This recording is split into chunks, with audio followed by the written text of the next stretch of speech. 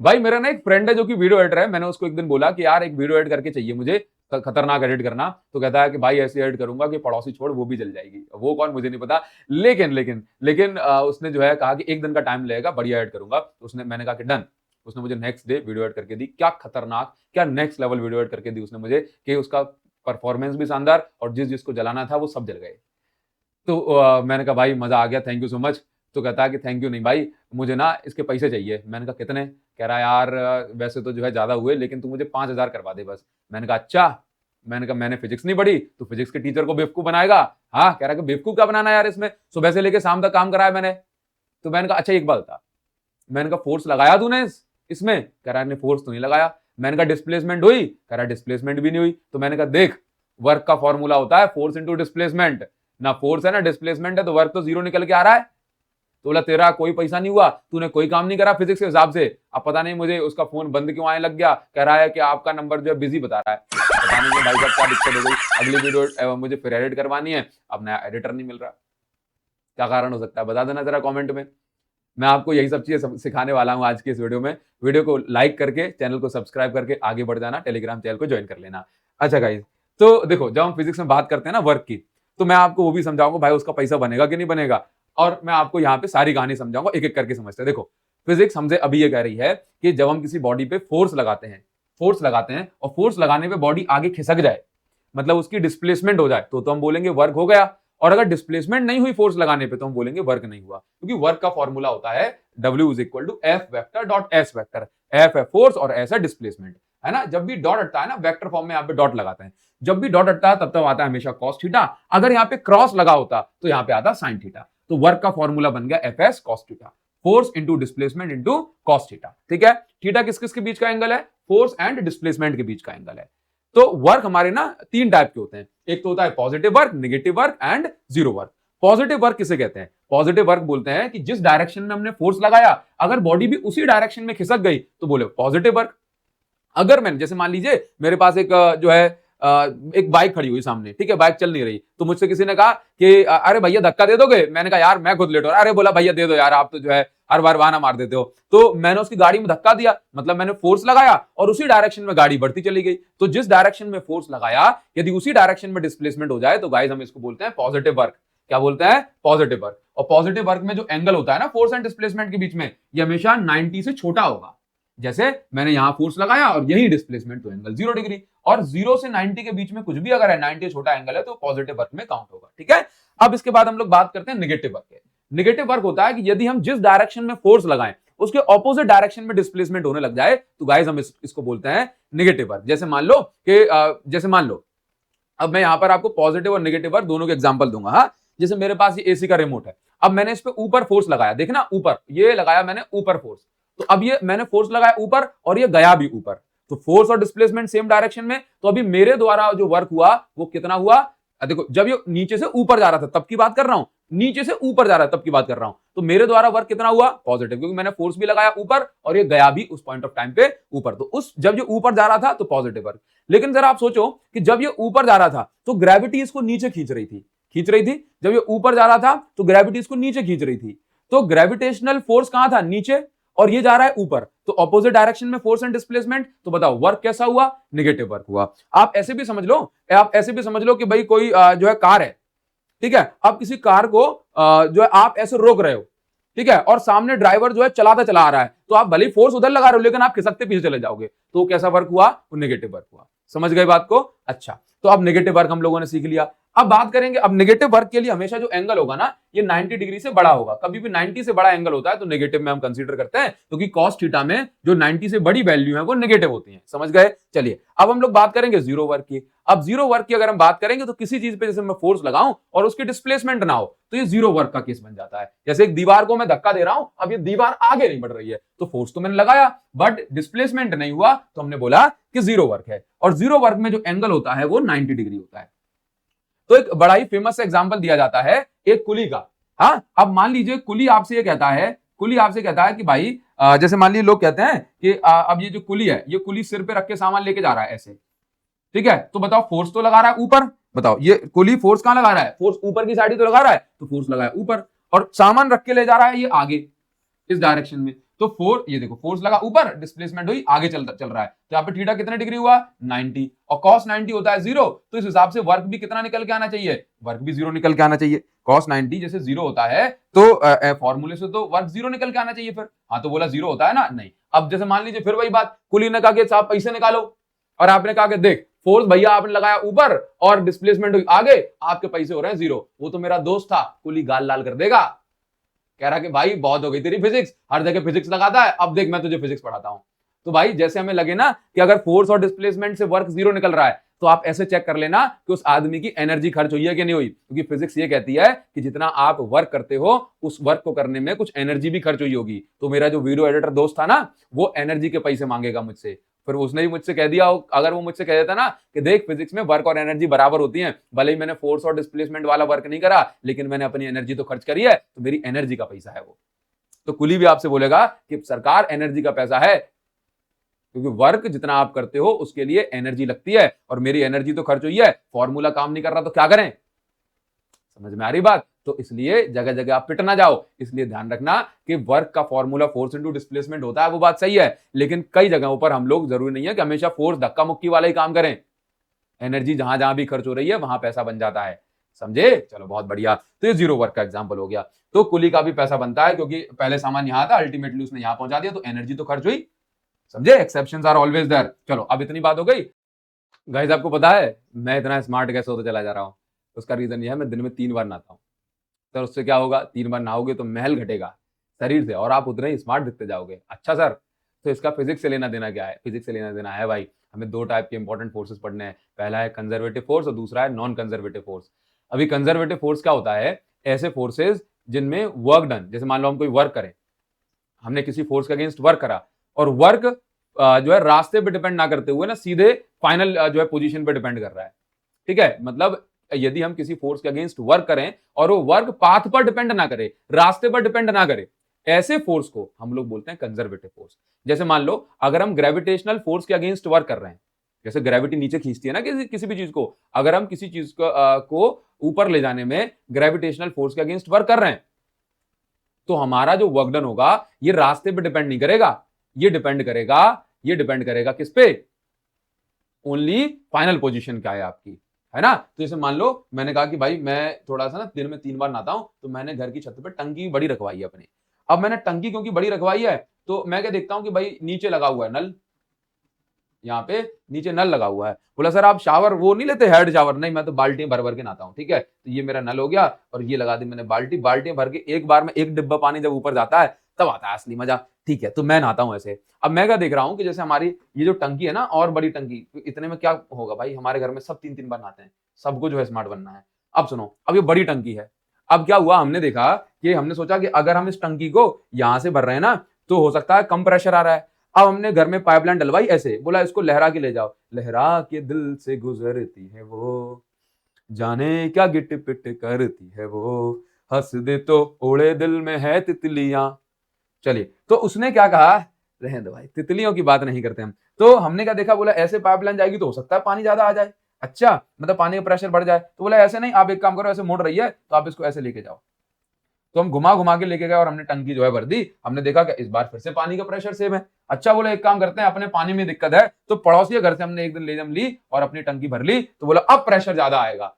तो हमने देखा कि बोला प्रेशर तो अब भी ज्यादा नहीं आ रहा है। इसका मतलब ये हो गया, प्रेशर तो हर बार सेम है, तो इसका मतलब ये हो गया कि आपने हर बार ग्रेविटी के अगेंस्ट पानी को ले जाने में वर्क करा, है ना। तो आप क्या देख रहे हो कि हर बार जो वर्क डन है वो इस बात पे डिपेंड नहीं किया कि आप पानी को कैसे कैसे घुमा के लेके गए, वो तो इस बात पे डिपेंड किया कि भाई इसकी अर्थ से, जमीन से फाइनल पोजीशन क्या बोला, 3 मंजिल, तो पानी का प्रेशर इतना ही आएगा। अगर आप 4 मंजिल पे ले जाओगे तो ग्रेविटी के अगेंस्ट आपको और ज्यादा वर्क करना पड़ेगा, तो आपका पानी का प्रेशर अब बढ़ जाएगा। समझे बात को, समझ में आई कुछ। तो ग्रेविटेशनल फोर्स के अगेंस्ट अगर आप लोग वर्क करते हो तो आप रास्ता कोई भी सिलेक्ट करो, अगर आप तीसरी मंजिल तक जा रहे हो तो हर केस में आपको बराबर वर्क करना पड़ेगा। आप चौथी मंजिल पे जाओगे तो अब वर्क कुछ और होगा, बट अगर रास्ता कुछ भी लो, बट चौथी मंजिल पे जा रहे हो तो हर बार सेम जो है वर्क आपको करना पड़ेगा चौथी मंजिल के लिए। समझ गए। तो ग्रेविटेशनल फोर्स कंजर्वेटिव फोर्स का एग्जांपल है।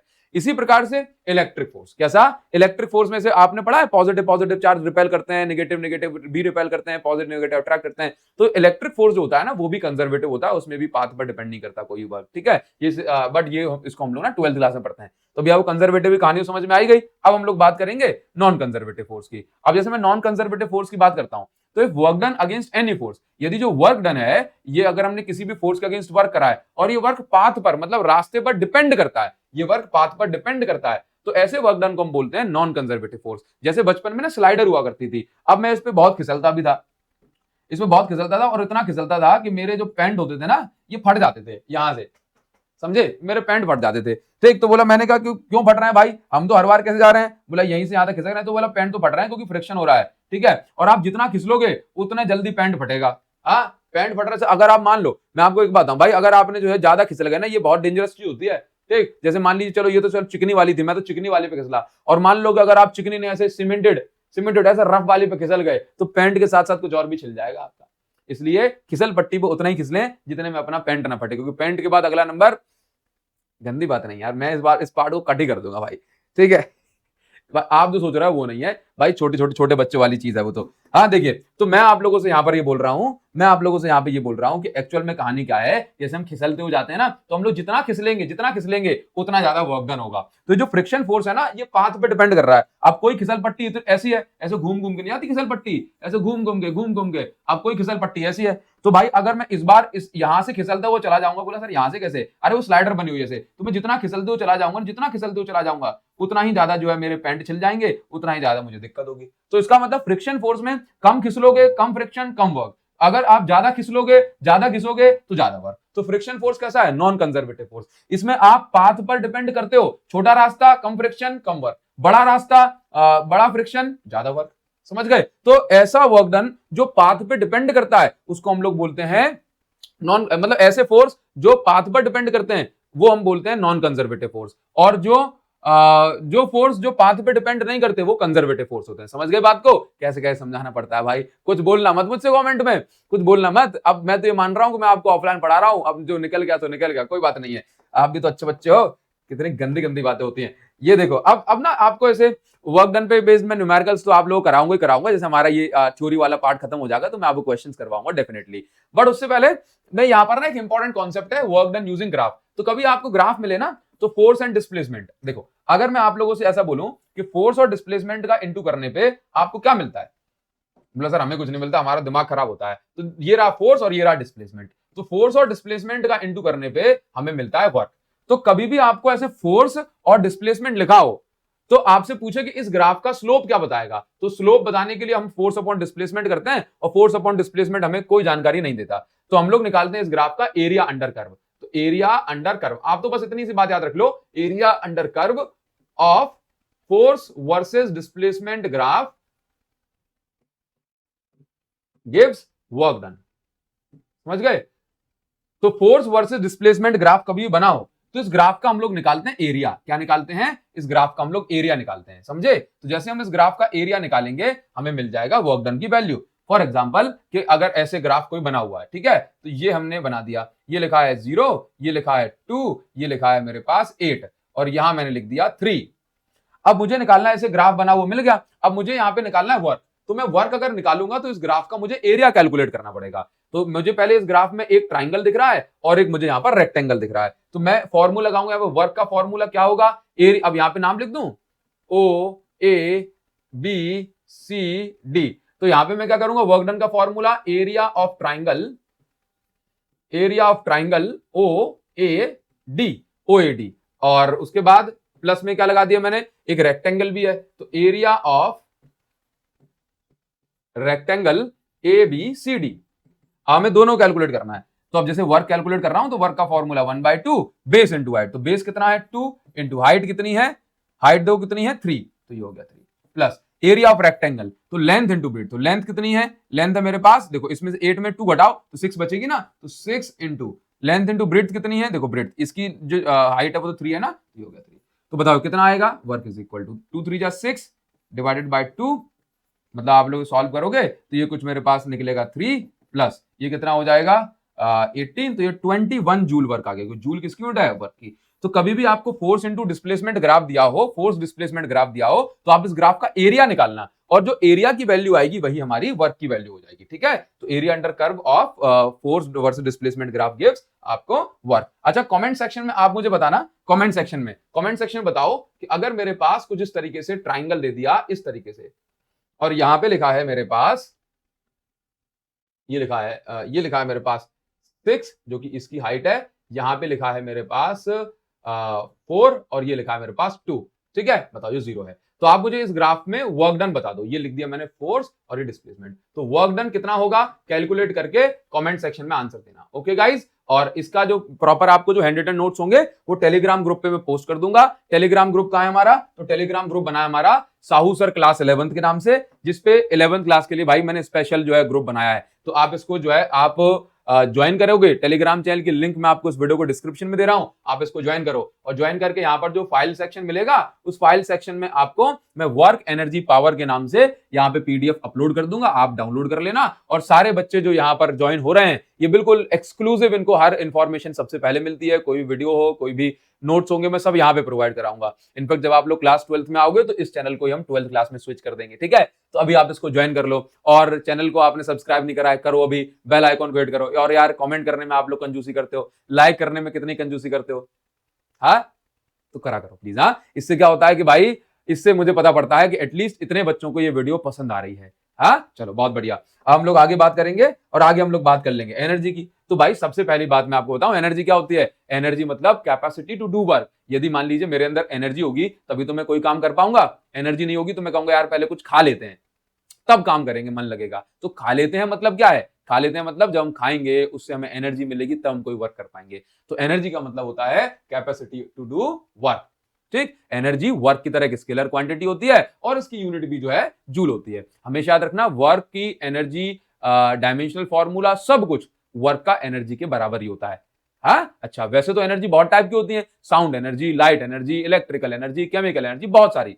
बट हम लोग अभी हमें इस चैप्टर में जरूरत है मैकेनिकल एनर्जी की। तो अगर मैं आपसे बोलूं मैकेनिकल एनर्जी क्या होती है, तो पहली चीज कहीं पे भी कोई फिजिकल मूवमेंट जैसा काम हो रहा हो, कोई मेहनत का काम अगर हो रहा है, मेहनत मतलब फिजिकल मेहनत, जैसे मैं किसी में धक्का दे रहा हूँ, हाँ जो पंखा चला रहा हूँ या हाथ वाला पंखा चला रहा हूँ, या मैं ठेला ढड़का के ले जा रहा हूँ, या मैं क्रिकेट खेल रहा हूँ, तो वहां पे जो एनर्जी इन्वॉल्व होती है ना वो मैकेनिक। कहीं पे भी कोई मेहनत वाला काम, जैसे जनरेटर हाथ से चलाया जा रहा है, हैंड पंप चला रहे हैं, या जैसे मान लीजिए साइकिल चला रहे हैं, तो उस समय जो एनर्जी जहां पे मेहनत और मोशन इन्वॉल्व हो गया ना वहां पे मैकेनिकल एनर्जी जो होती है, ठीक है। अब मैकेनिकल एनर्जी पोटेंशियल एनर्जी और काइनेटिक एनर्जी से मिलकर बनती है। पोटेंशियल एनर्जी क्या है, स्टोर्ड फॉर्म ऑफ एनर्जी। मान लीजिए एनर्जी स्टोर्ड है ना, एनर्जी एक जगह कैद है, तो अभी पोटेंशियल एनर्जी। जैसे डैम होता है, डैम, अब डैम के अंदर इतना सारा पानी स्टोर है, ठीक है। अब वो पानी स्टोर है, अभी उस पानी के अंदर जो एनर्जी है ना वो है पोटेंशियल एनर्जी।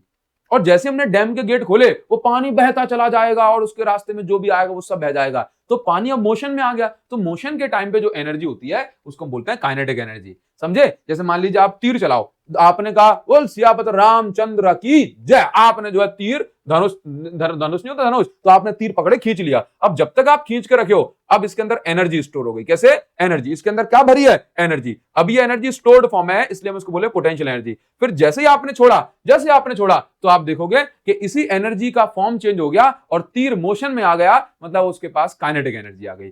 तो जो मैकेनिकल एनर्जी होती है वो पोटेंशियल एनर्जी और काइनेटिक एनर्जी से मिलकर बनती है। जब तक एनर्जी भरी हुई है वो पोटेंशियल एनर्जी है, एनर्जी मोशन में आ गई तो वो काइनेटिक एनर्जी हो गई। बताइए क्या इतनी बात क्लियर है। ध्यान रखोगे कुछ पुच्चू, हाँ ध्यान रख लेंगे सर, हम आप इतने प्यार से कह रहे हो। तो गाइस आपको पता है कि काइनेटिक एनर्जी का फॉर्मूला होता है half m v square. V square मतलब वेलोसिटी का स्क्वायर। अब जैसे मान लीजिए कि एक गाड़ी है, बाइक मान लो, बाइक, क्योंकि मैं बाइक में धक्का दे पाऊंगा, मान लो बाइक है और बाइक अभी रुकी है तो वेलोसिटी 0, काइनेटिक एनर्जी 0। अब मैंने धक्का दिया, फोर्स लगाया, मतलब मैंने वर्क किया और गाड़ी आगे खिसक रही है, गाड़ी बढ़ रही है। तो जैसे मैंने तेज धक्का दिया, मैंने ज्यादा वर्क किया तो मैं देखूं गाड़ी की जो वेलोसिटी वो बढ़ गई, मतलब काइनेटिक एनर्जी बढ़ गई, गाड़ी मोशन में आ गई। तो जो मैंने वर्क किया उससे गाड़ी की काइनेटिक एनर्जी चेंज हो गई, पहले 0 थी अब कुछ हो गई। अब मान लीजिए ऐसे हो रहा है कि एक छोटा बच्चा है, छोटे बच्चों वाली कार नहीं होती, अब वो बच्चा जो है आ रहा है अपनी गाड़ी से और मैंने धक्का देके ऐसे वर्क जो फोर्स लगा के उसको रोक लिया, तो मैंने वर्क किया, मैंने वर्क किया। अब आप ये समझो कि एक्चुअल में क्या हो, मेरे वर्क करने से उसकी काइनेटिक एनर्जी 0 हो गई, क्योंकि वो तो पहले उसके पास काइनेटिक एनर्जी थी, वो तो मोशन में था। अब आप ये देखिए कि तो इसका मतलब है कि जब भी हम वर्क कर रहे हैं तो काइनेटिक एनर्जी चेंज हो रही है। तो तो हम जब जब वर्क करते हैं तो उस वर्क करने से काइनेटिक एनर्जी चेंज होती है, और इसी बात को हम जो है प्रूव करने वाले हैं वर्क एनर्जी थ्योरम में। और याद रखिए कि वर्क एनर्जी थ्योरम आपके एग्जाम में आएगी, वर्क एनर्जी थ्योरम आपके एग्जाम में आएगी ही आएगी। और आप यहां पर देख रहे हो कि एक्चुअल में जो इंटीग्रेशन मेथड है, और इंटीग्रेशन मेथड जब भी पूछा जाएगा तो आपसे ऐसे लिखा होगा फॉर वेरिएबल फोर्स, क्या लिखा होगा, वेरिएबल फोर्स लिख के दे देते हैं। तो देखो हमें कुछ भी नहीं करना, हमें बहुत सिंपल सी बात करनी है, हमें सिर्फ इतनी सी बात करनी है। हमने कहा एक बॉडी है, वेरिएबल फोर्स जब भी कहेगा तो हमेशा इंटीग्रेशन मेथड यूज करना है।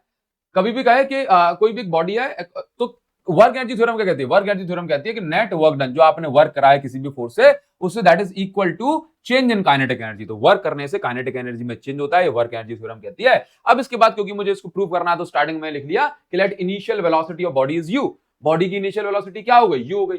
आप जब फोर्स अप्लाई करते हो तो उसकी वेलोसिटी जो है वी हो जाती है, मतलब इसकी वेलोसिटी फोर्स लगाने के बाद वी हो जाती है। पहले थी यू, फोर्स लगाने के बाद हो गई वी। तो हमने क्या किया, स्टार्टिंग में इसको छोटा सा डिस्प्लेसमेंट कराया बॉडी को डीएस, तो छोटा सा वर्क करना पड़ेगा। भाई देखो वर्क का फॉर्मूला है फोर्स इनटू डिस्प्लेसमेंट, बट अगर डिस्प्लेसमेंट ही जो है, अगर डिस्प्लेसमेंट ही थोड़ी सी हुई है, स्मॉल डिस्प्लेसमेंट डीएस, तो वर्क भी छोटा सा होगा, स्मॉल वर्क डीडब्ल्यू, है ना। तो स्मॉल वर्क डन का फॉर्मूला होता है डीडब्ल्यू is equal to F vector dot ds vector, होता है एफ वेक्टर और डीएस वेक्टर। अगेन जब भी डॉट हटेगा तब तब आएगा कॉस थीटा।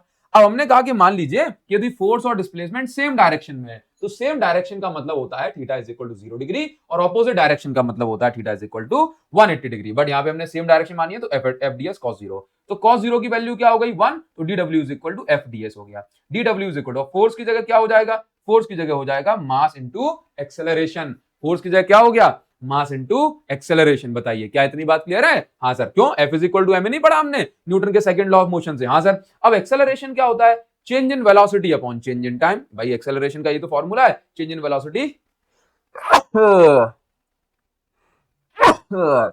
सॉरी गाइस, दोस्त वीडियो एडिटिंग वाले के पैसे नहीं दिए, वो बद्दुआ दे रहा है, कह रहा है कि जा तो जुकाम हो जाए, 5,000 रुपए तेरे जुकाम की दवाई में लग जाए।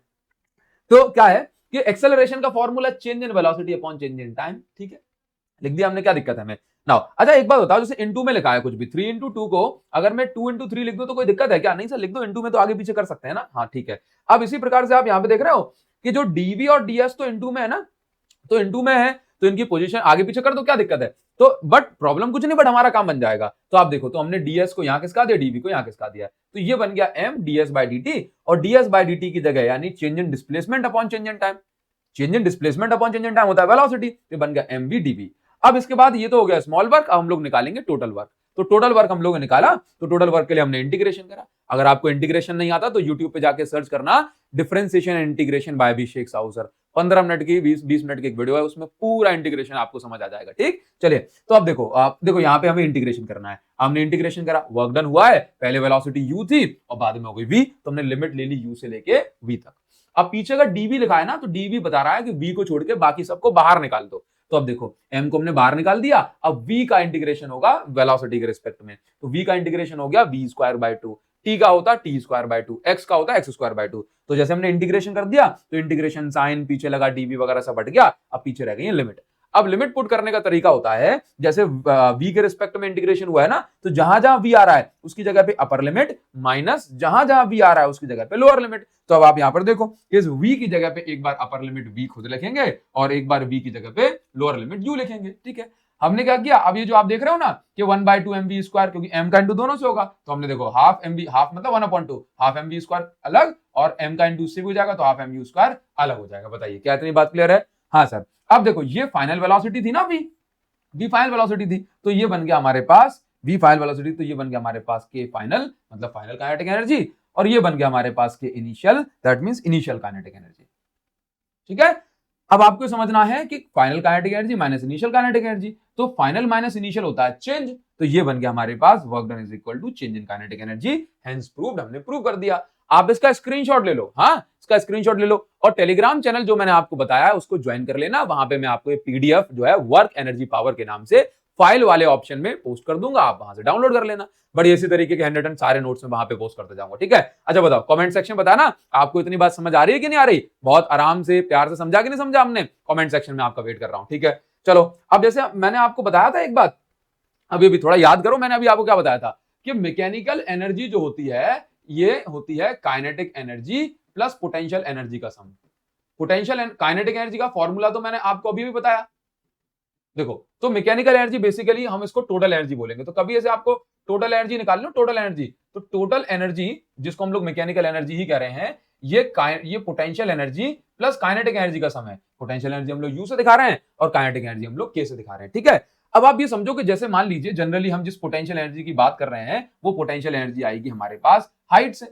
वैसे तो पोटेंशियल एनर्जी के भी बहुत सारे फॉर्मूले होते हैं। इलेक्ट्रिक पोटेंशियल एनर्जी होती है, इलास्टिक पोटेंशियल एनर्जी होती है, ग्रेविटेशनल पोटेंशियल एनर्जी होती है। तो जब भी पोटेंशियल एनर्जी हाइट से रिलेटेड होगी, हाइट से, तो पोटेंशियल एनर्जी का फॉर्मूला होगा mgh। क्या फॉर्मूला होगा? mgh। पोटेंशियल एनर्जी जब भी हाइट से रिलेटेड होगी, पोटेंशियल एनर्जी जब भी हाइट से रिलेटेड होगी तो फॉर्मूला होगा mgh, मतलब mg into height, mg into height, ये फॉर्मूला होगा। हाँ, और जैसे मान लीजिए कि अभी हम लोग आगे डिराइव करेंगे, स्प्रिंग से रिलेटेड पोटेंशियल एनर्जी हाफ के एक्स स्क्वायर होती है। हम लोग जब 12th क्लास में जाएंगे तो पोटेंशियल एनर्जी का formula k q1 q2 by r होता है। बट अभी हमें हाइट से रिलेटेड ग्रेविटेशनल पोटेंशियल एनर्जी की हम लोग बात करें तो ये फॉर्मूला हो गया ग्रेविटेशनल पोटेंशियल एनर्जी का।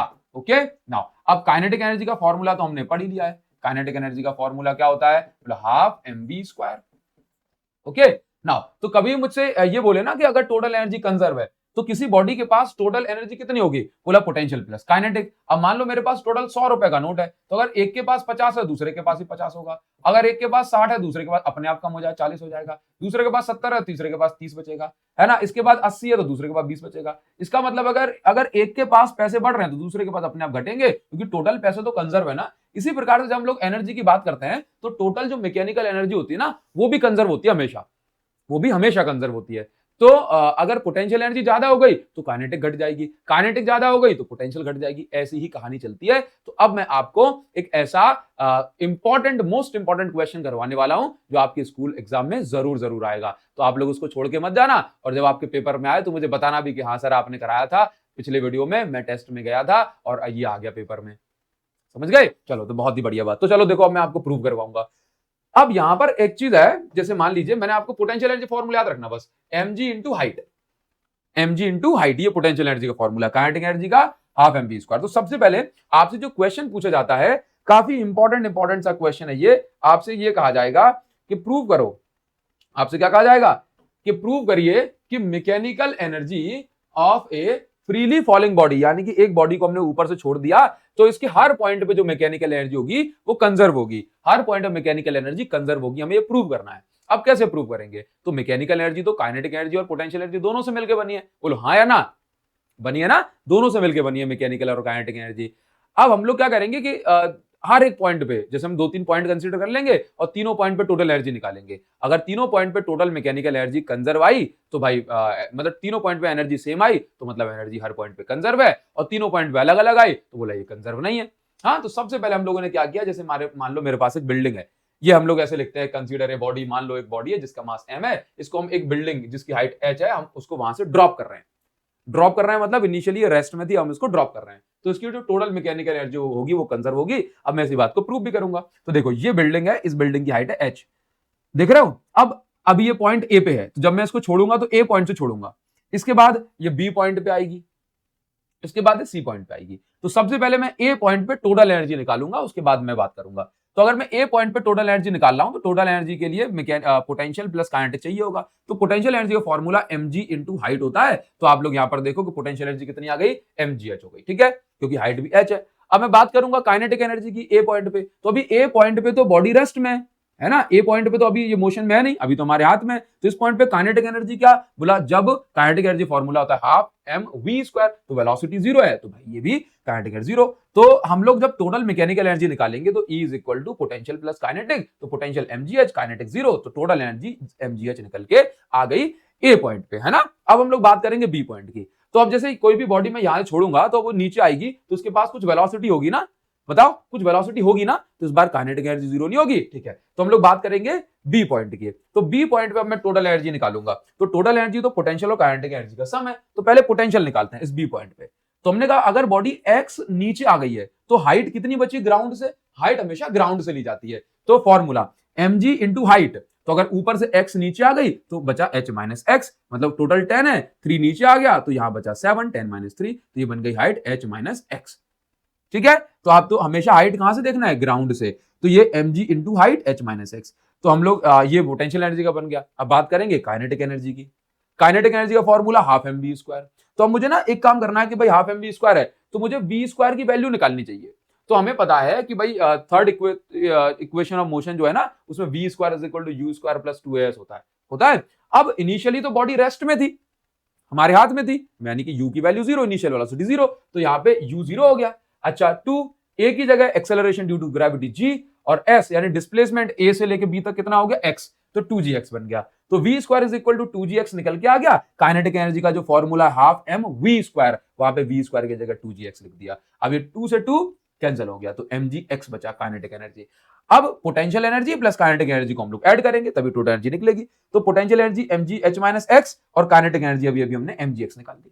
हम लोग इसको ऐड करेंगे तो mgh माइनस इंटू अंदर mgx और mgx। तो अब जरा यहां पे देखना जरा, तो अब देखो जरा mgx से mgx कट गया। अब देखना तो क्या बचेगा, mgh, टोटल एनर्जी क्या आ गई, mgh आ गई बस। तो ए पे और बी पे सेम निकली। हाँ तो अब इतना तो हमें समझ में आ रहा है कुछ एनर्जी तो कंजर्व है। अब हम लोग बात करेंगे सी पॉइंट की। तो सी पॉइंट की हमने बात करी, total energy at point c case 3।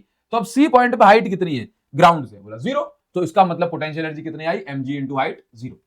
Kinetic energy के लिए हमें फिर से वी स्क्वायर की जरूरत पड़ेगी, तो हमने वी स्क्वायर निकाला। तो वी स्क्वायर हम लोग कैलकुलेट करेंगे, तो जो हमने इनिशियल वेलोसिटी मतलब यू, जब हमने इसको ड्रॉप किया था तो यू तो 0 था। हमें जब भी किसी बॉडी को ड्रॉप करते हैं तो इनिशियल वेलोसिटी 0 लेते हैं, तो u की वैल्यू क्या हुई, 0। तो v square is equal to ये हमारे पास u स्क्वायर प्लस 2s, तो a की u 0 हो गया, a की जगह g, और बताओ कितना हाइट चल के आई है, डिस्प्लेसमेंट a से लेके c तक कितनी हुई, h हाइट, तो यहां पर हमने ले लिया h।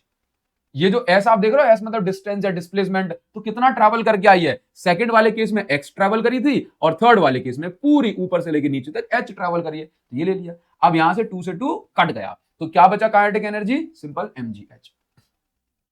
ठीक है, ये v स्क्वायर की वैल्यू ओनली 2gh थी ना, तो वो रख दी। तो अब हमने क्या किया, अब देखो जरा, तो हम यहाँ पे लिखेंगे u इज इक्वल, ये तो total potential energy plus kinetic energy, तो आप यहाँ पर देखो तो टोटल एनर्जी क्या बची, 0 प्लस mgh, बोला mgh। तो यहां से आप लोग देख लीजिए जरा, यहां से देखो कि अब मैंने a पॉइंट पे, b पॉइंट पे एंड c पॉइंट पे जो टोटल एनर्जी है वो कैसी निकल के आ रही है, ये सेम निकल के आ रही है ना, और ये हमने मैकेनिकल एनर्जी कैलकुलेट करी है। तो अब आप लोग यहाँ पे लिख सकते हो, अब आप लोग यहाँ क्या लिखोगे, अब आप लोग यहाँ पे लिखना 10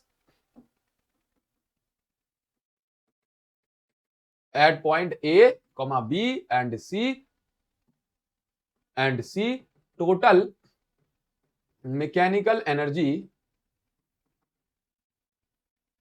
ऑफ बॉडी या of freely falling body remains conserve. हो गया प्रूफ, है ना, बस बहुत बढ़िया, इस तरीके से हम लोग बोल सकते हैं। ठीक है, अब देखो, अब इसमें और एक और क्वेश्चन करवाता हूं, ऑल्दो मैं आपको न्यूमेरिकल सॉल्व करने का तरीका सिखाऊंगा, कैसे न्यूमेरिकल करे जाते हैं, बट मैं यहां पर आपको एक और क्वेश्चन करवाता हूं जो कि एग्जाम पॉइंट ऑफ व्यू से बराबर से इंपॉर्टेंट है। हाँ तो आप देखिए, समझिए, मैं आपको सिर्फ यहाँ पे पूरा कोर कॉन्सेप्ट और ऐसे क्वेश्चन करवा रहा हूं जो आपके एग्जाम में आएंगे। और ऐसे ही मैं 12th क्लास में जब आप आते हो तब मैं तब पढ़ाता हूं कि भाई खतरनाक, जो पढ़ा देता हूं वही पेपर में आ जाता है। तो अब हमें नेक्स्ट जो क्वेश्चन करना है that is potential energy of A spring. Spring की पोटेंशियल एनर्जी, आपको पता है ना पोटेंशियल एनर्जी क्या होती है, पोटेंशियल एनर्जी होती है स्टोर्ड फॉर्म ऑफ एनर्जी, कि जब किसी बॉडी के अंदर एनर्जी स्टोर हो जाती है ना तो उसको हम लोग बोलते हैं पोटेंशियल एनर्जी है।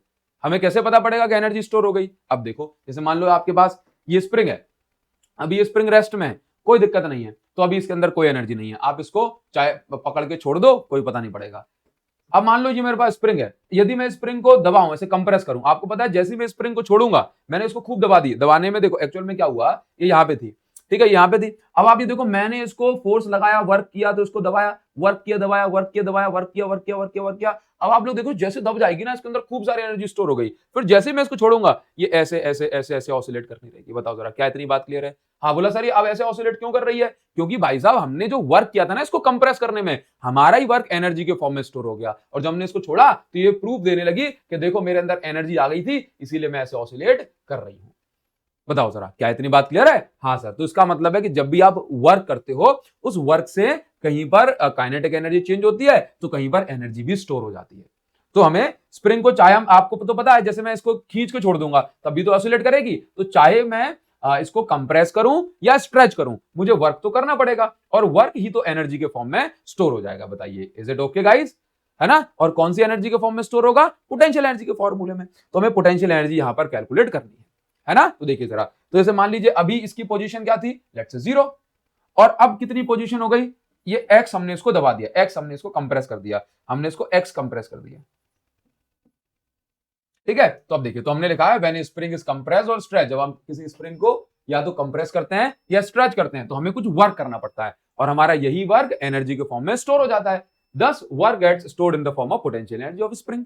ओके, चलो बहुत बढ़िया। अब इसके बाद यहां पर जैसे हम इसको सॉल्व करेंगे, तो अब जैसे आप लोग एक बार जानते हो, जैसे भारी सी या मोटी सी स्प्रिंग हो और आप समझते हो कि स्टार्टिंग में तो जल्दी जल्दी दब जाएगी, लेकिन जैसे स्टार्टिंग में मुझे 2 सेंटीमीटर दबाना था ना, तो ऐसे उंगली से दबा सकता हूं, लेकिन अब जैसे ये बहुत पास में आ गई है तो अब दबाने में बहुत ज्यादा मेहनत करनी पड़ेगी, ज्यादा फोर्स लगाना पड़ेगा। बोलो हाँ या ना? हाँ सर, जितना आप इसको पास में लेके जाओगे उतना ही ज्यादा फोर्स आपको लगाना पड़ेगा। तो फोर्स किस पे डिपेंड कर रहा है? डिस्प्लेसमेंट पे। जितनी ज्यादा आप इसको अंदर की साइड लेके जा रहे हो उतना ही ज्यादा अब फोर्स बढ़ता चला जाएगा। मतलब जो फोर्स है ये एक्स पर डिपेंड कर रहा है, force is directly proportional displacement. अब देखो, आप लोग भी जानते हो ये स्प्रिंग ऑलरेडी बहुत दब चुकी है, अब मुझे इसको और दबाना है, डिस्प्लेसमेंट ज्यादा और दबाना है, तो मुझे और ज्यादा वर्क करना पड़ेगा, है ना? तो आप मतलब और वर्क और फोर्स लगाना पड़ेगा। तो फोर्स डिपेंड कर रहा है यहाँ पे किस पे? डिस्प्लेसमेंट पे, एक्स पे। तो जब भी प्रोपोर्शनलिटी साइन हटता है ना तो एक कांस्टेंट आता है।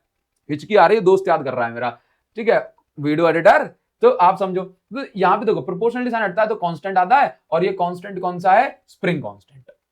इस कांस्टेंट को हम स्प्रिंग कांस्टेंट बोलते हैं। ये स्प्रिंग के मटेरियल पे डिपेंड करता है। आप देखो, हल्का फुल्का सा मटेरियल है तो फोर्स कुछ और लगाना पड़ेगा, ऐसे मजबूत सा मटेरियल है तो फोर्स कुछ और लगाना पड़ेगा। Is it okay guys? ध्यान रखिएगा। तो आप देखो, तो हम क्या करते हैं ना, हमेशा थोड़ा थोड़ा सा वर्क कैलकुलेट करते हैं, इकट्ठा वर्क नहीं कैलकुलेट करते। तो हमने कहा कि अगर मैंने इसको थोड़ा सा देखो, अगर मैं इसको पूरा डिस्प्लेसमेंट कराऊं तो dw is equal to vector form में भी लिखोगे तो ये एक एक स्टेप बढ़ जाएगा और कुछ नहीं है। जैसे मान लो आप इसको ऐसे लिखना चाहो कि अगर मैं इसको पूरा लिखूं, देखना कि work is equal to F vector dot x vector, ऐसा होता है। अब अगर आप मान लीजिए छोटी सी डिस्प्लेसमेंट कराई तो छोटा सा वर्क होगा। तो आप चाहो तो आप ऐसे लिख सकते हो कि सर आपने हर बार तो मुझे ऐसे करा है, तो dw is equal to F vector dot d x vector. अब आप लोग समझ लीजिए कि dw इज इक्वल टू क्या होता है? F d x cos theta. अब क्योंकि सेम डायरेक्शन में हो रहा है ना सारा प्रोग्राम, सेम डायरेक्शन में हो रहा है, तो हम लोग क्या करेंगे कि थीटा इज इक्वल टू 0। अब थीटा इज इक्वल टू अगर 0 हो गया तो कॉस 0 हो जाता है 1। तो सिंपल ये कितना निकल के आ जाएगा? ये निकल के आ जाएगा dw is equal to f d x. Cos 0 तो 1 हो गया। अब f की जगह आप लोगों ने क्या लिख लिया? f की जगह लिख लो kx, जो यहां से उठाया kx ले लो। अब देखना, अब मुझे निकालना टोटल वर्क डन, क्योंकि मैं ये तो अगर स्मॉल डिस्प्लेसमेंट करी तो dx है, अब मुझे टोटल वर्क डन निकालना। तो टोटल वर्क डन कैसे निकालूंगा? मैं टोटल वर्क डन ऐसे निकालूंगा कि इंटीग्रेशन करना है। अब क्योंकि पीछे dx लिखा है, dx लिखा है, तो x को छोड़ के बाकी सब बाहर, और लिमिट आ गई। आपने 0 से इसको x डिस्टेंस तक खिसकाया तो 0 से x तक लिमिट आ गई। अब क्योंकि जैसे v का इंटीग्रेशन v स्क्वायर बाय 2 किया था तो x का हो जाएगा x स्क्वायर बाय 2, लिमिट 0 से लेके x तक है। तो जहां जहां x है उसकी जगह एक बार अपर लिमिट जो कि खुद x है, जहां जहां x है उसकी जगह लोअर लिमिट 0। तो ये फाइनली क्या निकल के आ गया? w is equal to half k x square. यही वर्क एनर्जी के फॉर्म में स्टोर हो जाता है, और एनर्जी को हम लोग u लिखते हैं, तो हमने लिख दिया u is equal to half k x square. Telegram पे नोट्स पड़े हैं, डाउनलोड कर लेना। बताओ ये इतनी बात क्लियर हो गई? कमेंट सेक्शन में लिख के बताना गाइस। अगर कमेंट सेक्शन में लिख के नहीं बताओगे ना कि सर आप टू गुड हो, सर टू गुड, तो मुझे मजा नहीं आएगा। कमेंट सेक्शन में मैं आपका वेट कर रहा हूं। ओके गाइस, नेक्स्ट अभी हम जो पढ़ने वाले हैं दैट इज कोलिजन, और यहां से एक क्वेश्चन एग्जाम में जरूर आ सकता है और न्यूमेरिकल भी यहां से एक आ सकता है। तो जरा ध्यान से इसको पढ़िएगा, सुनिएगा, समझिएगा। देखो गाइस, सबसे पहले ना कोलिजन का मतलब एक बेसिक मीनिंग होता है टकराना, बट जब मैं फिजिक्स की बात करता हूं तो सिर्फ टकराने से मैं कोलिजन नहीं बोल सकता। जैसे मान लीजिए दो बॉडीज आए, दो बॉडी आपस में एक दूसरे से टकराएं, और टकराने के बाद या तो उनकी डायरेक्शन या उनकी स्पीड या उनकी वेलोसिटी में कोई चेंज आ जाए तो हम लोग इसको बोलेंगे कि भाई कोलिजन हुआ है। समझिए बात को। तो कोलिजन इज बेसिकली एक ऐसा फेनोमेना जिसमें दो बॉडीज टकराती हैं और उनके टकराने से किसी प्रकार का कोई ना कोई चेंज जरूर होता है, उसको हम लोग बोलेंगे कोलिजन। ठीक है, अब आप लोग यहां पर देखिए कि भाई अगर हम बात करें टाइप्स ऑफ कोलिजन की, तो कोलिजन में 3 टाइप के कोलिजन है। एक है हमारे पास इलास्टिक कोलिजन, दूसरा है इन इलास्टिक कोलिजन, तीसरा है हमारे पास परफेक्टली इन इलास्टिक कोलिजन। ठीक है, तो एक एक करके बात समझते हैं। इलास्टिक कोलिजन में क्या होगा? लेट्स से दो बॉडीज हैं, दो बॉल्स हैं, दो बॉल्स हैं, ये दो बॉल्स आगे जा रही हैं। लेट्स से इसकी वेलोसिटी हो गई 4 मीटर, इसकी वेलोसिटी हो गई 10 मीटर पर सेकंड, इसकी वेलोसिटी हो गई 4 मीटर पर सेकंड। ऑब्वियसली पीछे वाले की स्पीड ज्यादा है, तो एक पॉइंट ऐसा आएगा कि जब ये दोनों आपस में टकरा जाएंगे, और टकरा जाएंगे तो हम लोग क्या देखते हैं कि इनकी जो वेलोसिटी होगी इंडिविजुअल इंडिविजुअल जो वेलोसिटीज होंगी वो चेंज हो सकती हैं। जैसे पहले वाले की 4 हो गई और दूसरे वाले की 10 हो गई, है ना। तो इलास्टिक कोलिजन में क्या होता है, वेलोसिटीज एक्सचेंज हो जाती है, वेलोसिटीज चेंज हो जाती है। तो बॉडी का जो मोमेंटम होता है, एक सिंगल बॉडी का मोमेंटम वो चेंज हो जाता है। बट ओवरऑल जैसे परफेक्टली इलास्टिक कोलिजन है ना ये, तो ओवरऑल हम बात करेंगे ना कि दोनों बॉडीज की मिला के, तो टोटल मोमेंटम कोलिजन के पहले और टोटल मोमेंटम कोलिजन के बाद, ये दोनों बॉडीज का इकट्ठा मोमेंटम अगर हम लोग चेक करेंगे, इकट्ठी काइनेटिक एनर्जी चेक करेंगे, तो वो कांस्टेंट या कंजर्व रहती है before collision and after collision. ये ठीक वही बात हो गई कि भाई टोटल रुपए तो 100, पहले लेट से अगर हम लोग ऐसे बोले कि इसके पास थे 60, इसके पास थे 40, तो टकराने के बाद इसके पास 40 रुपए हो गए, इसके पास 60। तो आप देख रहे हो इंडिविजुअल सिंगल के पास तो पैसे बदल सकते हैं, बट ओवरऑल पैसे पहले भी 100 थे, बाद में भी 100 है। हाँ सर, मैं पैसे की बात समझता हूं, मैं लालची हूं, मैं मक्कार हूं, मैं कुछ भी कह दो, आप सेल्फिश हो, लेकिन मैं बात पैसे की समझता हूं। ठीक है, तो अब आप लोग समझ गए कि यहाँ पे जब भी परफेक्टली इलास्टिक कोलिजन होता है, या सिंपल हम इसको इलास्टिक कोलिजन होता है, यहाँ पे वेलोसिटीज एक्सचेंज हो जाती हैं, और इसके अलावा जो सिंगल बॉडी का मोमेंटम या काइनेटिक एनर्जी तो हमेशा चेंज हो सकती है, but overall momentum before collision and after collision same रहेगा। ओवरऑल काइनेटिक एनर्जी, जिसको हम टोटल काइनेटिक एनर्जी कहते हैं, before collision and after collision same रहेगा। ओके, चलो तो बहुत बढ़िया, ये हमारा पहला टाइप हो गया। अब हम लोग बात करते हैं इनइलास्टिक कोलिजन की। तो इनइलास्टिक कोलिजन में क्या होता है, जैसे मान लो दो बॉडीज हैं, अब ये दो बॉडीज जा रही थी 10 एंड 4 मीटर पर सेकंड की स्पीड से, ये कोलिजन हुआ, और कोलिजन होने के बाद क्या हुआ कि इनकी वेलोसिटी देखो, इनकी वेलोसिटी कुछ चेंज हो गई, ये परफेक्टली एक्सचेंज नहीं हुई। इसकी वेलोसिटी हो गई लेट से 8 और इसकी वेलोसिटी हो गई, या चलो हम ऐसे बोले कि इसकी वेलोसिटी हो गई 8 और इसकी वेलोसिटी हो गई 2। अब एक्चुअल में जो हम डेली लाइफ में जो कोलिजन देखते हैं ना, जो हमारे आसपास जो हम लोग कोलिजन देखते हैं, वो कोलिजन इन इलास्टिक कोलिजन ही होते हैं। क्यों, जैसे हम लोग टकराते हैं, ये दो बॉडीज टकराएं, तो वहां पे साउंड एनर्जी भी कुछ खर्च होगी, है ना, वहां पे कुछ हीट एनर्जी भी निकलेगी फ्रिक्शन के कारण से। हाँ, तो आप ये समझते हो कि एक्चुअल में जो हमारी डेली लाइफ में जो कोलिजन होता है, उसमें तो एनर्जी का लॉस होता है कहीं ना कहीं। एनर्जी का लॉस होने से काइनेटिक एनर्जी कंजर्व नहीं रह पाती। समझे, बात समझो। तो इन इलास्टिक कोलिजन में kinetic energy, overall kinetic energy कभी भी कंजर्व नहीं होती है, जबकि मोमेंटम हर केस में कंजर्व होता है। मोमेंटम का फॉर्मूला मास इनटू वेलोसिटी से होता है ना, तो मोमेंटम हमेशा कंजर्व, ध्यान रखिए, but kinetic energy in elastic collision में कंजर्व नहीं रहती है। इसके बाद हम लोग बात करेंगे परफेक्टली इन इलास्टिक कोलिजन, पूरी तरीके से इन इलास्टिक। बॉडीज एक बार टकराएं तो टकराने के बाद कभी अलग ना हो, इन इलास्टिक। जैसे दो बॉडीज आई, दो बॉडी टकराने के बाद चिपक गई, एक दूसरे से कंबाइन कर गई और कभी अलग नहीं हुई, तो हम इसको बोलते हैं परफेक्टली इनइलास्टिक कोलिजन। यहां पे आएंगी तो दो अलग अलग बॉडी, बट टकराने के बाद एक सिंगल बॉडी, एक कंबाइंड बॉडी की तरह ये आगे बढ़ेंगी, जिनकी वेलोसिटी भी एक कॉमन वेलोसिटी होगी। मतलब आप ऐसे मान लो ये गोली यानी बुलेट है, और ये रहा हमारे पास एक वुडन बॉक्स, वुडन ब्लॉक, ये वुडन ब्लॉक है, ठीक। अब ये आई वुडन ब्लॉक में घुसी, और घुसने के बाद जो है यहां पर वुडन ब्लॉक में घुसने के बाद हम क्या देख रहे हैं, ये देखो ये गोली है, ये वुडन ब्लॉक में घुसी, और घुसने के बाद अब ये गोली इस ब्लॉक में यानी लकड़ी के टुकड़े में घुसी रह गई, और लकड़ी का टुकड़ा भी उछलते हुए आगे पहुंच गया। मतलब ये बुलेट और ये वुडन ब्लॉक, ये दोनों इकट्ठे आगे बढ़े, तो दोनों की ऑब्वियसली एक कॉमन वेलोसिटी होगी ना, इसको मैं नाम दिया अभी, तो कॉमन वेलोसिटी।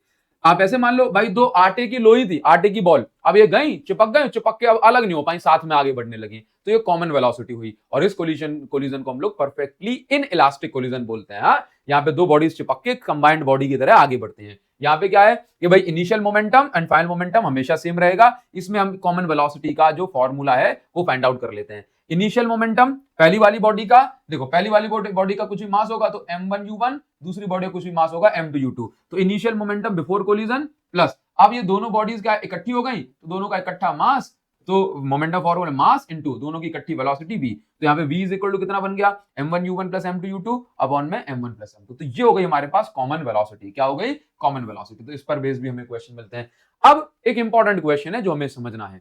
अच्छा, आप लोग समझते हो अप्रोच एक इंपॉर्टेंट डेरिवेशन है गाइस, जिसके बहुत ज्यादा चांस है कि वो आपके एग्जाम में आएगा ही आएगा, ठीक। तो हम लोग उसको समझ लेते हैं। तो भाई क्या नाम है डेरिवेशन का, कैसे पूछा जाएगा, बहुत ही सिंपल है यार, टेलीग्राम से नोट्स डाउनलोड कर लेना। कहां मिलेंगे, टेलीग्राम चैनल, जिसकी लिंक वीडियो को डिस्क्रिप्शन में एंड कमेंट सेक्शन में दी हुई है, वहां पे जाके फाइल सेक्शन में वर्क एनर्जी पावर के नाम से आपको नोट्स मिल जाएंगे, तो डाउनलोड कर लेना। देखो कितने सुंदर सुंदर अपने हाथों से बनाए, अच्छे लग रहे हैं क्या आपको यार, बढ़िया हैं, अच्छे हैं। देखो क्या लिखा है, that relative velocity of approach, approach मतलब जब दो बॉडीज, दो बॉल्स एक दूसरे की ओर आ रही हो, है ना, approach is equal to relative velocity of separation, जब वो सेपरेट हो रही हो। जैसे मान लो कि मेरे पास एक ये बॉल है, इसकी वेलोसिटी हो गई, वही हमने कहा 10 मीटर पर सेकंड, और इसकी वेलोसिटी हो गई 4 मीटर पर सेकंड। तो ऑब्वियसली ये जो 10 मीटर पर सेकंड है, ये धीरे धीरे धीरे धीरे इसके पास पहुंचती जाएगी और इससे टकरा जाएगी। तो इसी को हम बोल रहे हैं ये अप्रोच कर रही है। क्या कर रही है? अप्रोच। और टकराने के बाद हमने देखा कि आगे वाली बॉल की वेलोसिटी, क्योंकि पीछे धक्का पड़ेगा तो आगे वाली की ज्यादा हो गई और पीछे वाले की कम हो गई। तो अब ये दोनों एक दूसरे से बिल्कुल, इनके बीच में दूरी बनती चली जाएगी, ये सेपरेट होते चले जाएंगे। तो इसको हम बोल रहे हैं सेपरेशन। तो ये हो गया अप्रोच, ये हो गया सेपरेशन।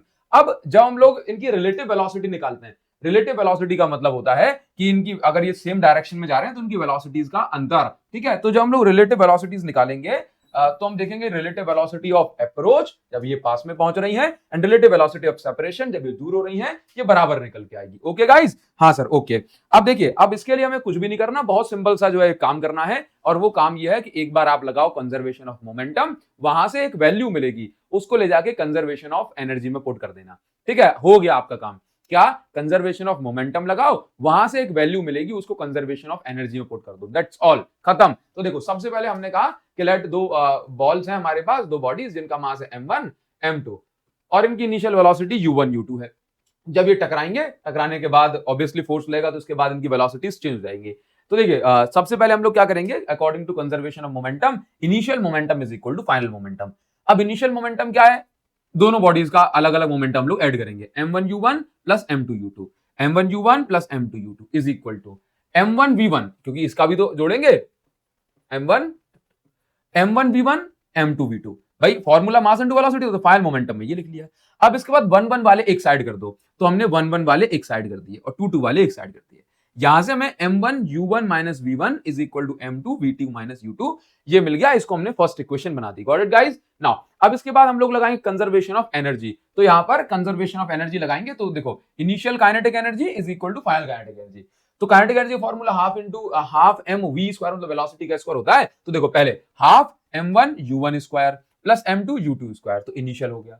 फाइनल में half m1 v1 square plus m2 v2 square, हो गया। 1/2 दोनों कॉमन हो गया, कॉमन हो गया तो उनकी कट्टी कट्टी कर दी, ये बच रहा है हमारे पास यहाँ पे। ठीक है, अब देखिए, अब क्या करना है गाइस, हम लोगों ने ये बचा ना, ये बचा, यही से। अब मैंने फिर से क्या किया, जैसे यहाँ पे 1 1 वाले एक साइड कर दिए थे, 2 2 वाले एक साइड, तो यहाँ पे भी देखो m1 u1 स्क्वायर यहाँ छोड़ा और v1 ये यहाँ पे आ गया, 1 1 वाले एक साइड, m2 v2 स्क्वायर यहाँ छोड़ा, m2 u2 स्क्वायर यहाँ से यहाँ गया, तो v वाले 2 2 वाले एक साइड। अब आप ये देख रहे हो m1 तो यहाँ से m1 कॉमन आ गया, यहाँ पे m2 यहाँ से m2 कॉमन आ गया, तो ये बचा m1 u1 square minus u2 v1 square. अब देखो, a square minus b square का फॉर्मूला क्या होता है? a माइनस b और a प्लस b। यहाँ पे भी a square minus b square क्या बनेगा? एक मिनट में इसको करेक्ट कर लूं। ये u2 लिखा हुआ है, v2 माइनस u2 लिखा हुआ है, ये बाय मिस्टेक से लिख गया। तो a माइनस बी और a प्लस बी, तो a minus b a plus b, ये बन गया। अब आप देखना यहां से m1 u1 माइनस b1 की जो वैल्यू है, ये उसको उठा के हम इसकी जगह रिप्लेस कर देंगे। देख रहे हो, फर्स्ट इक्वेशन में m1 u1 माइनस v1 की जगह लिखा है m2 v2 माइनस u2, तो उसको उठा के जो आप इक्वेशन देख रहे हो, सेकंड इक्वेशन, इसमें पुट करेंगे। सेकंड इक्वेशन में हमने इसकी वैल्यू पुट करी फर्स्ट इक्वेशन से, बस ये रखा। तो यहां से और बाकी सब एज इट इज, काटा पीटी हो गई। ये हमारे पास u1 प्लस v1 और v2 प्लस u2 बन गया। अब इसके बाद वेलोसिटी ऑफ अप्रोच वाली वेलोसिटी कौन सी थी? ये u1 u2, और सेपरेशन वाली v2 v1। बस इनको जो हमने सेपरेट कर दिया, वापस से u2 को अपनी जगह, v1 को अपनी जगह, हो गया। तो this is relative velocity of approach is equal to relative velocity of separation, मतलब अप्रोच का अंतर और सेपरेशन का अंतर यानी डिफरेंस, ये बराबर है। तो बस वही चीज हमने लिख दी, हो गया प्रूफ। बताइए, बात क्लियर है? बस ये बहुत बढ़िया बात है, उसको अच्छे से करके चले जाना। एक बार कंजर्वेशन ऑफ मोमेंटम लगाओ, वहां से जो वैल्यू मिली, कंजर्वेशन ऑफ एनर्जी लगाओ, यहां से जो इक्वेशन मिली उसमें हमें वैल्यू पुट कर देनी है, दैट्स ऑल। चलो बहुत बढ़िया। अब इसके बाद यहां पर क्या है, इसके बाद यहां पर आप लोगों को कुछ बेसिक फॉर्मूले और मिल जाते हैं। उन फॉर्मूले को आपको हमेशा याद रखना है। जैसे मान लो कभी आप लोगों से पूछा जाए कि कोलिजन हो रहा है, कोलिजन, कभी आप लोगों को पूछा जाए कोलिजन हो रहा है, ये इनिशियल वेलोसिटी u1 है, ये इनिशियल वेलोसिटी u2 है। कोलिजन के बाद इनकी वेलोसिटीज बदल के v1 एंड v2 हो गई। तो कभी आपसे पूछे कि सेकंड वाले की वेलोसिटी निकाल, फर्स्ट वाले की वेलोसिटी निकालो आफ्टर कोलिजन, तो ये फॉर्मूला आपको लगाना है। ठीक है, सेकंड वाले की वेलोसिटी निकालो तो आपको ये फॉर्मूला लगाना है। अगर आइडेंटिकल बॉल है, मास वास सेम है, तो V1 is equal to U2 होता है, ध्यान रखो। अब देखो जरा, यहां पर अगर मास सेम है तो यहाँ पे V2 is equal to U1 होता है, ठीक। ये ध्यान रखिए, ये रिलेशन है, बस आपको ये रिलेशन, ये फॉर्मूला याद रखना है ना। तो आप बस इतनी बात याद रख लो, आप तो कुछ मत याद रखो, आप तो बस इस फॉर्मूले को अगर आप लोगों ने याद रख लिया, इस फॉर्मूले को, इसको आप तो याद रख लो, बस इसको याद रख लो बस। तो पहले V1 और V2 इनके ये फॉर्मूले आप याद रखें और डायरेक्ट आंसर आप निकाल सकते हो, ठीक है। अभी मैं आप लोगों को क्वेश्चंस भी कराऊंगा, बट उससे पहले हमें कोएफिशिएंट ऑफ रेस्टिट्यूशन पढ़ना है और हमें पावर का छोटा सा एक कॉन्सेप्ट पढ़ना है। देखो, सबसे पहले अगर मैं आप लोगों से यहाँ पर बोल दूं कोएफिशिएंट ऑफ रेस्टिट्यूशन क्या होता है, तो आप लोग समझिए कि अभी अभी हमने relative velocity of separation approach पढ़ी, तो relative velocity of separation and relative velocity of approach का जो रेशियो होता है, इसको हम लोग कोएफिशिएंट ऑफ रेस्टिट्यूशन कहते हैं। यहीं से पता पड़ता है एनर्जी का लॉस हो रहा है कि नहीं हो रहा। अगर परफेक्टली इलास्टिक कोलिजन होंगे ना, तो सेपरेशन का रेशियो और अप्रोच का रेशियो ये बराबर होगा, क्योंकि परफेक्टली इलास्टिक के लिए तो हमने डिराइव किया है ना, तो यहां पर कोएफिशिएंट ऑफ रेस्टिट्यूशन बनेगा 1, ठीक है। और अगर ये वैल्यू 1 से छोटी आई, सेपरेशन और अप्रोच का जो रेशियो है, अगर ये 1 से छोटी आई, तो इसका मतलब है एनर्जी का कहीं ना कहीं लॉस हो रहा है, तो इसलिए ये इन इलास्टिक कोलिजन को रिप्रेजेंट करेगा। Got it guys? चलो, अब इसके बाद हम लोग यहां पर देखेंगे कि नेक्स्ट हमें जो टॉपिक समझना होता है, दैट इज कॉल्ड पावर, ठीक है। तो पावर तो भाई बहुत ही सिंपल है, यहां पर पावर में आपसे बहुत ज्यादा कुछ नहीं पूछा जाएगा। पावर क्या होता है? रेट ऑफ डूइंग वर्क, कि किस रेट से वर्क हो रहा है। जैसे मान लीजिए 2 मजदूर हैं, अगर 1000 ईंटें उनको छत पे चढ़ानी है, अब 2 मजदूर हैं, तो वो क्या करते हैं, वो पूरे दिन में 1000 ईंट चढ़ाते हैं। और वहीं दूसरे 2 यंग मजदूर आ गए, ठीक है। अब यंग मजदूर आ गए तो उन्होंने क्या करा कि भाई आपको लगा यंग है तो जल्दी चढ़ा देगा नहीं नहीं, यंग है तो भाई उनके अंदर आलस था, बहुत बहुत इतने आलसी थे कि वैसे ताकत बहुत है, लेकिन इतने आलसी को उनको 2 दिन लगे वो 1000 ईंट चढ़ाने। मक्कार मक्कार। तुम क्या बोलोगे, ज्यादा पावरफुल कौन है? जिसने कम टाइम में ज्यादा वर्क कर दिया, वो ज्यादा पावरफुल है। तो मान लो कि भले ही 2 लोग बराबर वर्क कर रहे हैं, दोनों ने 1000 ईंट चढ़ाई, बट एक ने आधे दिन में चढ़ाई और एक ने पूरे दिन में चढ़ाई, तो उसका मतलब वर्क तो बराबर हुआ, बट जिसने कम टाइम में करा है उसको हम बोलेंगे ज्यादा पावरफुल, है ना। ज्यादा पावर यहां पर खर्च हुई है। जैसे हम लोग पंखे में नहीं बोलते एक फैन 200 वॉट का है, तो 200 वॉट का जो पंखा होता है, उसका मतलब होता है कि अगर 200 जूल का वर्क 1 सेकंड में हो रहा है, पंखा घूमता है तो वर्क करता है ना वो, तो अगर 200 जूल का वर्क 1 सेकंड में हो रहा है, तो इतने पावर को हम लोग बोलते हैं 200 वॉट। जैसे मान लीजिए आपका कूलर है आपके घर में, वो 500 वॉट का है, तो इसका मतलब वो 500 जूल का वर्क करेगा 1 सेकंड में, तो हम उसकी पावर 500 वॉट बोलेंगे। जैसे हम लोग बोलते हैं 1 HP 1 horse power is equal to 746 watt, तो इसका मतलब पता है क्या होता है? यदि कोई मशीन 746 जूल का वर्क कर दे 1 सेकंड में, तो हम कहेंगे कि उसकी पावर है 746 वॉट, ठीक है। अब देखिए पावर का formula work upon time, work का फॉर्मूला होता है फोर्स इनटू डिस्प्लेसमेंट, होता है F vector dot S vector, upon में है टाइम T। तो अब ये डिस्प्लेसमेंट अपॉन टाइम क्या होता है? वेलोसिटी। तो पावर का एक और फॉर्मूला निकल के आता है फोर्स इनटू वेलोसिटी, जहां से डॉट हटता है तो हम लोग पावर को F V cos थीटा भी लिख सकते हैं। हाँ, तो ये फॉर्मूले हो गए, इतने में आपका काम हो जाएगा। आई होप ये आपका कॉन्सेप्ट वगैरह आपको यहां तक क्लियर हुए होंगे। अब इन पर कैसे क्वेश्चन पूछा जाता है वो मैं आपको बताऊंगा, लेकिन भाई साहब आप लोगों के लिए ये बिल्कुल अच्छा वो नहीं होगा। This is not your moral duty कि आप लोगों ने अभी तक कमेंट नहीं करा है। आपको थोड़ा भी लग रहा है यार कि भाई आपके चक्कर में वो वीडियो एडिटर के पैसे खा गया मैं, आपके चक्कर में देखो मैं तब से पढ़ा रहा हूं कि नहीं पढ़ा रहा, तो आपका फर्ज नहीं बनता कि आप कमेंट करो। क्या आप भी यही बोलोगे कि सर आपने फोर्स लगाया? नहीं लगाया। क्या आपने डिस्प्लेसमेंट की? मैंने तो बोला यहीं पे मटक रहा हूं तब से। तो बोला आपका वर्क कहां से हुआ? अरे बुद्धू राम, मैंने नहीं समझाया, क्या मेरा पैसा नहीं बनता? बनता है। और मेरे पैसे कहां हैं?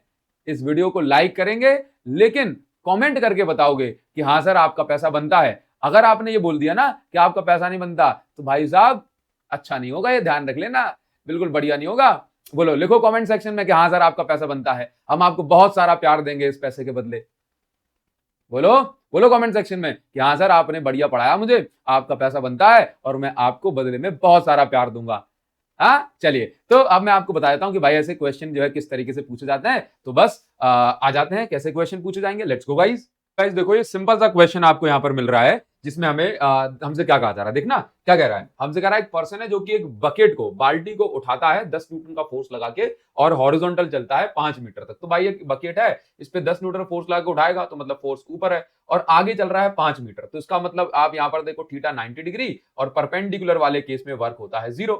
तो पहले केस में वर्क 0 हो गया। एंड देन क्लाइम्स अप, और बाल्टी उठा ली इसने। अब यानी कि कह रहा है कि बाल्टी उठाने में कोई वर्क नहीं करा, यानी इस केस में कोई वर्क नहीं हुआ। वर्टिकल डिस्टेंस चलाइए 5 मीटर, वर्टिकल में देखो climb, and then climbs up, ऊपर जाता है, मतलब फोर्स भी अब इसने ऊपर लगाया और फोर्स तो ऊपर लग ही रहा है बाल्टी को उठाने में, और 10 मीटर ऊपर जाता है, तो यानी कि ये फोर्स भी ऊपर, डिस्प्लेसमेंट भी ऊपर, तो एंगल जो है यहाँ पर कितना बन रहा है, देखो वर्टिकल लिखा है ना, एंड क्लाइम्स अप, दोनों ऊपर हैं, तो आप यहाँ पर लगाओगे क्योंकि दोनों ऊपर की साइड है, तो इसका मतलब थीटा की वैल्यू 0, तो एफ एस कॉस 0 आ गया।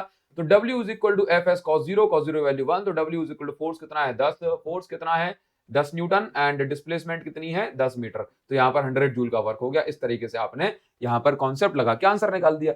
अब जैसे मान लीजिए यहाँ पर फोर्स इंटू डिस्प्लेसमेंट के अलावा अलग तरीके से वेक्टर फॉर्म में भी ऐसे क्वेश्चन पूछे जाते हैं। करेक्ट पार्टिकल है जो कि मूव करता है from point this to this, मतलब कोई पार्टिकल अगर मैं ऐसे बोलूं कि पहले 2 मीटर पे था, अब ये 6 मीटर पे है, तो डिस्प्लेसमेंट कितनी हो गई 4 मीटर। बट ये तो आपको नॉर्मल नंबर्स दिए, बट यहाँ पे ये जो ऐसे आई कैप जे कैप में दिया होता है, ये पोजीशन वेक्टर होती है। तो लेट्स से किसी पार्टिकल की पोजीशन इनिशियली थी -2 आई कैप प्लस 5 जे कैप, और इसकी फाइनल पोजीशन हो गई, फाइनल पोजीशन जो हो गई इसकी वो हो गई हमारे पास 4 जे कैप प्लस 3 के कैप। तो जैसे मैंने 6 - 4 करा था, 6 - 2 किया था, तो इसी प्रकार से मैं यहाँ पे R2 - R1 करूंगा, तो R2 vector minus R1 vector करूंगा। देखो मुझे क्या करना है, मुझे जे में से देखो, अब यहाँ पे क्या है, अगर आप ध्यान से देखो तो आप इसको ऐसे नहीं लिख सकते 0 के कैप, और आप इसको यहाँ पे लिख लो 0 आई कैप, ठीक है, और -2 0 आई कैप प्लस 4 जे कैप और प्लस 3 के कैप, ये लिखा हुआ है,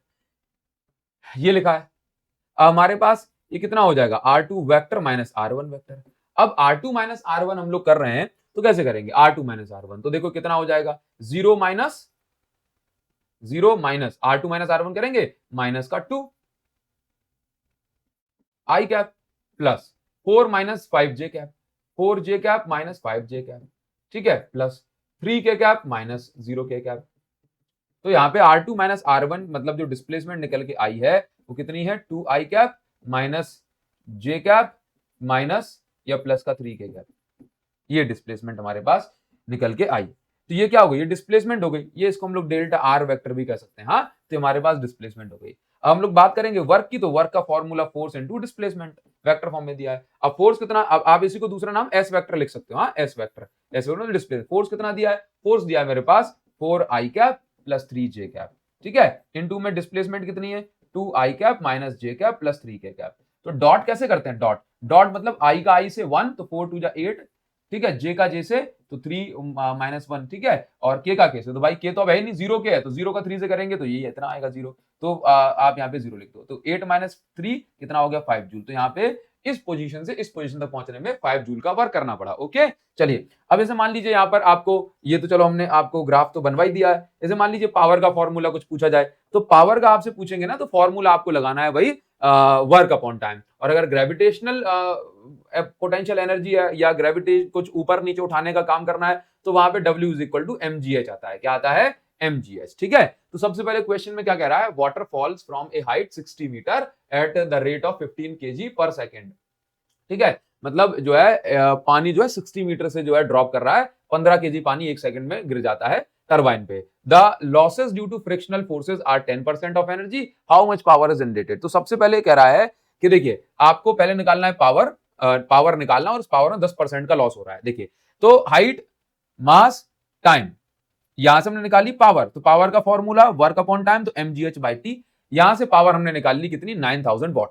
कह रहा है एनर्जी लॉस कितनी है 10%, तो भाई इसमें से जो 9000 का जो 10% है वो घटा दो, कितना निकल के आएगा 8100। तो इस तरीके से mgh/t के फॉर्मूले से हम पावर निकाल सकते हैं, है ना। और पावर के लिए फोर्स और वेलोसिटी दी हो तो F vector dot V vector का फॉर्मूला भी लग जाता है ना। टाइम दिया ना 15 kg पर सेकंड, यानी 15 kg मास एक सेकंड में गिर रहा है नीचे 60 मीटर की हाइट से, ठीक है। चलो बहुत बढ़िया। अब जैसे मान लीजिए कभी आपसे कहा जाए कि हमारे पास 2 क्रेन मशीन है, कह रहा है कि एक कार है 2000 kg की, इसको हम ऊपर उठा रहे हैं 30 मीटर की हाइट तक, 1 मिनट के अंदर एक क्रेन उठाती है। सेकंड क्रेन यही काम को 2 मिनट में करती है, तो पावर कितनी जो है अप्लाई करिए क्रेन ने, आपको ये बताना है। और क्या दोनों को डिफरेंट फ्यूल लगेगा या सेम फ्यूल लगेगा, ये बताओ। तो देखिए तो कैसे बोलेंगे, क्रेन 1 की हमने बात करी, तो फॉर्मूला जो भी मास है H हाइट और टाइम, 1 मिनट मतलब 60 सेकंड। तो हमने पहले के लिए पावर निकाली mgh/t के फॉर्मूले से 10,000 वॉट, दूसरे के लिए पावर निकाली 5000 वॉट। अब कह रहा है फ्यूल अलग अलग लगेगा, यानी फ्यूल डिफरेंट अमाउंट लगेगा या सेम अमाउंट। तो भाई अगर दोनों वर्क सेम कर रहे हैं तो फ्यूल का कंजम्पशन भी सेम होगा। तो इस तरीके से आप लोग जो है लिख देंगे, work done by both crane is same, तो फ्यूल का कंजम्पशन भी सेम होगा। ठीक है, चलो बहुत बढ़िया। अब ये आपको होमवर्क में बताना है, इसको आराम से आप लोग पढ़ लो। एक कुली है, 1 मिनट लेता है सूटकेस को 2 मीटर हाइट तक उठाने के लिए, 30 सेकंड लेता है। सेकंड कुली 30 सेकंड लेता है सेम सूटकेस को उठाने के लिए सेम हाइट पर। तो आपको दोनों की पावर का रेशियो बताना है। ठीक है, तो ये आपका होमवर्क है, कमेंट सेक्शन में आप लोग बताओगे। चलो आगे बढ़ेंगे और आगे बढ़ जाएंगे तो देखिए यहां पर हम इलास्टिक कोलिजन वाले क्वेश्चंस को कर रहे हैं। देखो इसमें क्या लिखा है, दो आइडेंटिकल बॉल हैं, दो आइडेंटिकल बॉल है, एक बॉल की वेलोसिटी 0.5 मीटर पर सेकंड है और दूसरे की माइनस का 0.3 मीटर पर सेकंड है। माइनस साइन बता रहा है ऑपोजिट डायरेक्शन में। वैसे वो लिख के दे सकता था कि अप्रोचिंग टुवर्ड्स ईच अदर, एक दूसरे की ओर, तो फिर माइनस नहीं लगाता, बट उसने बोला है कि एक की वेलोसिटी 0.5 है, दूसरे की माइनस ऑपोजिट डायरेक्शन जा रही है। ये कोलाइड हो रहा है, इलास्टिक कोलिजन हो रहा है। The velocity of b and a after collision. भाई देखो बी एंड ए की वेलोसिटी बताना है कोलिजन के बाद, तो बहुत सिंपल सी बात है, पहले बी की वेलोसिटी और ए की। तो सबसे पहले तो इतना आपको दिमाग लगाने नहीं है, आप तो देखो यहाँ पे क्या लिखा है, इलास्टिक कोलिजन है। इलास्टिक कोलिजन में जो वेलोसिटीज होती है वो एक्सचेंज हो जाती है। तो अगर ए की वेलोसिटी 0.5 है तो आफ्टर कोलिजन बी की वेलोसिटी 0.5 हो जाएगी और ए की -0.3 हो जाएगी। ठीक है, बस ये आप लोगों को जो है करना है ऐसे। और अगर आप ऐसे ना कर पाओ तो जो फॉर्मूला मैंने आपको बताया है कि भाई सेकंड बॉल की वेलोसिटी क्या होगी, फर्स्ट की क्या होगी, तो आप उससे भी लगा सकते हो। जैसे v2 = m2 - m1 upon m2 plus m1 into में u2 plus 2m1 upon m1 plus m2 into में u1। बस ये आपको फॉर्मूला लगाओगे तो यहां से भी आप v1 v2 की वैल्यू निकाल सकते हो। चलो देखो ये क्वेश्चन आपको मिल रहा है, एक बार जरा ध्यान से पढ़ेंगे और यहां से आपको तरीका आ जाएगा भाई किस तरीके से अप्लाई करेंगे। देखो 10 kg की बॉल है, 20 kg की बॉल है, ये they are approaching each other with velocities 20 metre per second, 10 metre per second. भाई देखो 20 से 10 से अप्रोच कर रही हैं तो 10 हम ऐसे भी मान सकते हैं, और आपका मन करे नहीं ऑपोजिट डायरेक्शन में मानना है तो आप ऑपोजिट डायरेक्शन में मान सकते हो, जैसा आपका मन करे। ठीक है, वैसे हम लोग काम चला सकते हैं। तो अगर मैं यहाँ पे ऑपोजिट डायरेक्शन में मान लेता हूँ, लेट्स से दिस u1 और u2 हमारे पास इतनी होगी, कितनी 10 metre per second. Opposite direction थी तो इसलिए यहाँ पर हम लोग माइनस साइन लेके चलेंगे।